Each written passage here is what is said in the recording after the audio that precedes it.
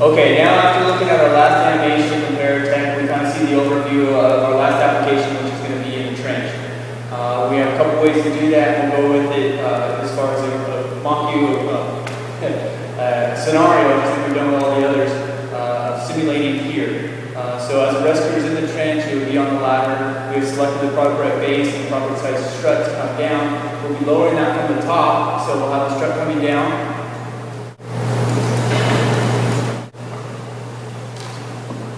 You can receive it as a rescuer in the trench, get it and kind of manipulate it to where you want, keeping it level as best you can, using the utility ropes manned by the top side to help you as you work off the ladder and pressurize against your uprights.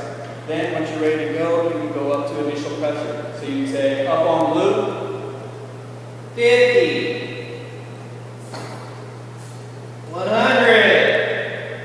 And 100 would be our initial pressure. So as the person operating with the dual man controller will let you know where the pressures are at, so you kind of have a good idea. Initial pressure should be a place where you can take your hands off, but it's not full pressure, trench wall to trench wall just yet.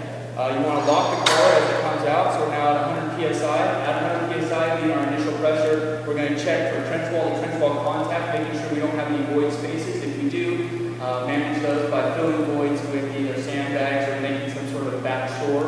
Once we have determined that we have good trench wall to trench wall contact, we then go to set pressure. Our set pressure is going to be 200 psi. So again, we'll go up on blue. 150. 200. Again, readjust the locking nut, and once that's done, we could actually go down on blue, which we're not going to do right now, and disconnect this and use this hose elsewhere. If we have enough hoses and we're not setting any more struts with that controller, we could just put that in for a removal. But as it is now, this is a fully set strut. The only thing we're missing is positive connections. Just like we did in the EBS, positive connection would be 2 nails, 1 kitty corner, and any of the corners, trying to minimize hitting the locking pin. So you just go any 2 that is most accessible to you would be your positive connection. Also, you want to know that the air hose is either off to the side or down, and that's because if we did have to DC this and use it elsewhere in the trench on either the next strut or another set of shores, any of the dirt or debris coming down wouldn't fall in to the air hole and jeopardize the strut. So now, we'll go ahead and give an example of a remote removal, and we could also do this as an installation, but we'll kind of capture both in the one scenario here. So for the remote removal, obviously the air hose already needs to be attached. The first thing you need to do is go back up on pressure. We said our set pressure is 200 psi, our max working pressure is 250, so it gives us a little bit of variable. That way we can repressurize to take the pressure off this, this locking nut. So as we go back up on blue,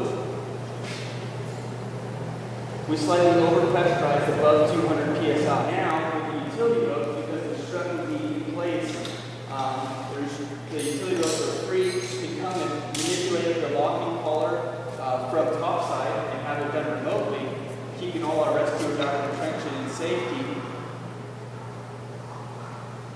We'll back that all the way down, then reposition to be ready to receive the strut as we go down on blue.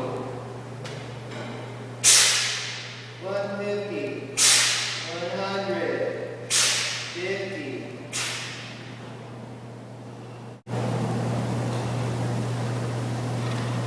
So as the pressure comes down, it gets fully weighted into each utility ropes and lifted up without any rescuers in the trench. So that's our last application.